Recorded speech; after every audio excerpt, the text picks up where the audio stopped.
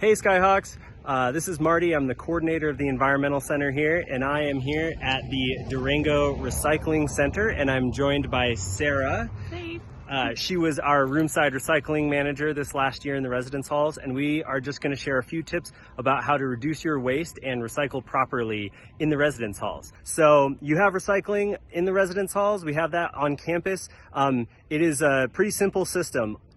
Paper, plastic, and metal, those all go in one bin, and then we have a separate set of bins for glass. So metal, cans, basic stuff like that. Plastic is things like plastic bottles, plastic water bottles, and then paper, old assignments or printed out paper that you have, or cereal boxes or anything like that. So really straightforward and simple, but there are some exceptions, and we're going to talk about that because recycling properly is really important. If you don't, it affects the entire system beyond just what you did. It has those ripple effects. So like I said, paper, plastic, metal, pretty straightforward.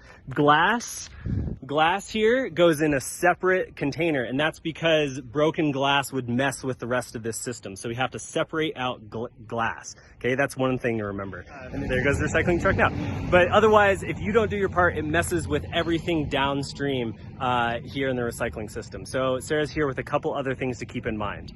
Yeah, so for example, we cannot recycle these. This will get stuck in the machines that do the sorting, and it isn't good. Stuff like this, which would be recyclable, needs to be cleaned out. So you can't recycle things like this that have peanut butter in them, but generally this type of plastic you'd be able to recycle. We also have wrappers for like your granola bars or protein bars. Those don't recycle those. And then also plastic bags like this aren't recyclable. Just make sure you rinse out your cans, and as far as cardboard goes, you cannot recycle pizza boxes because of the food residue.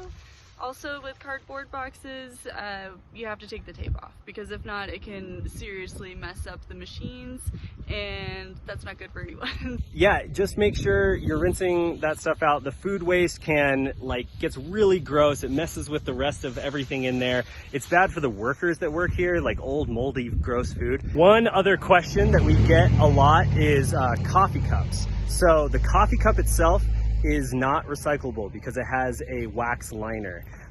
But the lid, the plastic lid, and the little cardboard heat sleeve thing, those both are recyclable. So just take a second, separate those out. The cup itself is not recyclable.